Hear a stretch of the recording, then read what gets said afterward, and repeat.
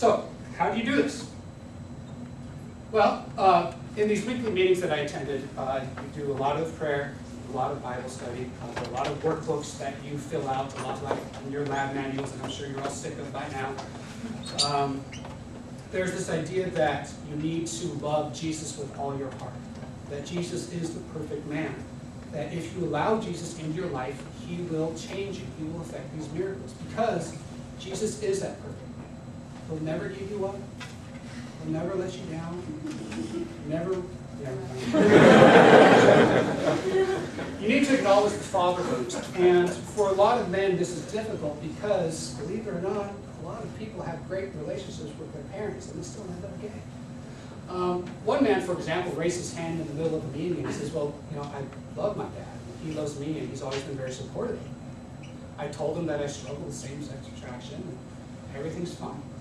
And so this psychologist who was addressing us that night, he says, well, what's obvious that's going on is that you only have this perception that you have a good relationship with your father. The truth is that you really have these other issues. That's why you are struggling with same-sex attraction, is you don't really have a good relationship with your father. A few months ago, I interviewed an ex-gay.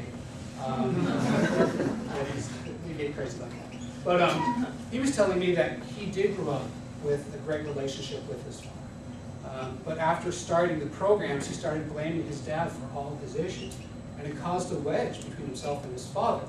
So that even years after he had left the ex-gay programs, there was still that divide, that years of being in these programs had caused a rift, and that still had not been healed many years after he had left the programs.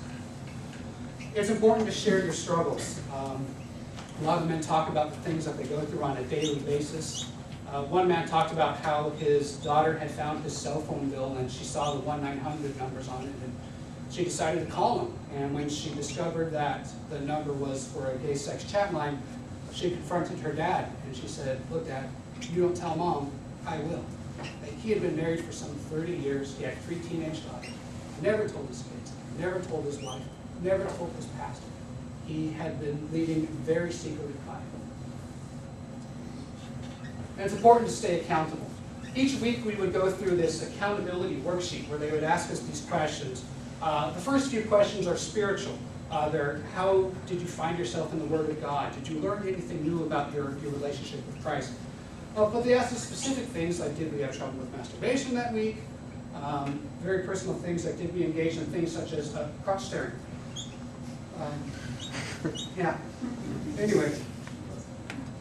And of course, if that doesn't work, you go out for dinner and a movie with the other men in your group. Like I said, a lot of these men don't have friends or don't have much of a social circle outside of the ex-gay movement. So one week we went and we saw Transporter 3, which has Jason Statham shirtless through quite a bit of it. I thought that was an interesting choice. But that's just me. And if that doesn't work, you can head off to the woods with 50 other men and hold them. This is something called healing touch therapy. Journey into Manhood is a 48-hour weekend retreat that is held all over the country. It happens about 6 times a year. It's organized by this man. His name is Rich Weiler. He is a graduate from Brigham Young University in Provo, Utah, with a degree in public relations, and he is a certified life coach. He's gone on the record saying that he is completely heterosexual after many years of different types of therapy. So he is now leading this new retreat. Journey into Manhood is supposedly quite effective. About 90% of men report that they are less distressed over their same-sex attractions. 4 out of 5 say that they have diminished same-sex attractions after attending the weekend. And I'm going to show you what that's all about. So could I have 6 guys come up, please? 1, 2, 3, 4, 5, 1 more. 6. Come on. Let's give a round of applause to our volunteers.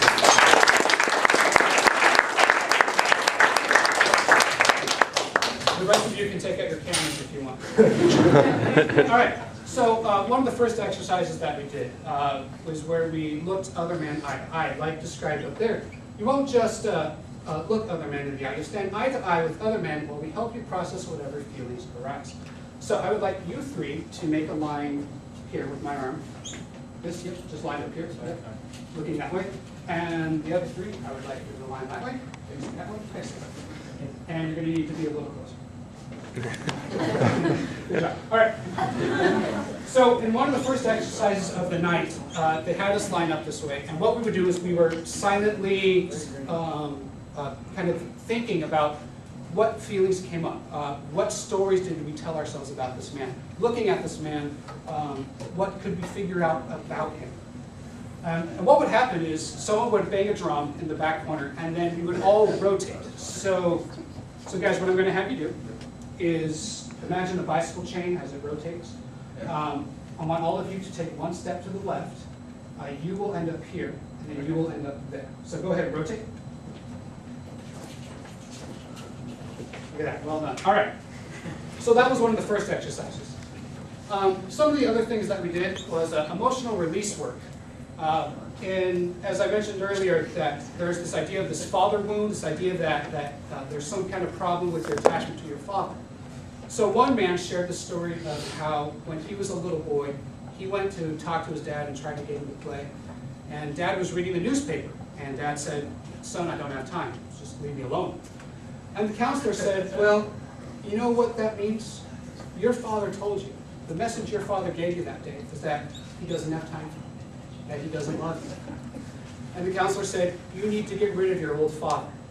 So they gave the guy a baseball bat, and they gave him a punching bag, and they had him kneel down in front of the punching bag. And they had another counselor stand in front of the punching bag who was representing this old father with the newspaper.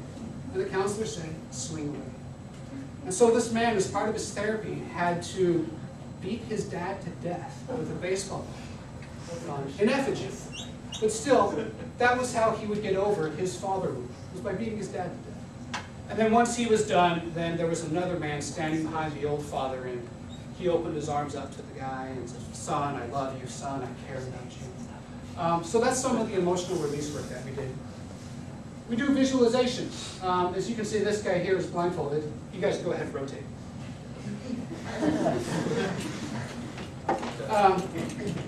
In one exercise, they had us circle up in the middle of the room, and we put blindfolds over our eyes.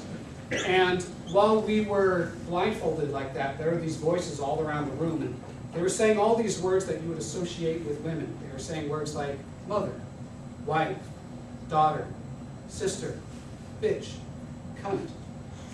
And yeah. And when we took off our blindfolds, strewn about the room were a bunch of women's underwear, bras, maxi pads, tampons, lipstick, and makeup, to help us deal with the issues that we obviously had with our overbearing mothers. And then we went and did some more emotional release work where guys would yell at men pretending to be women, because that would help them deal with the overbearing women in their lives. This all makes perfect sense, right?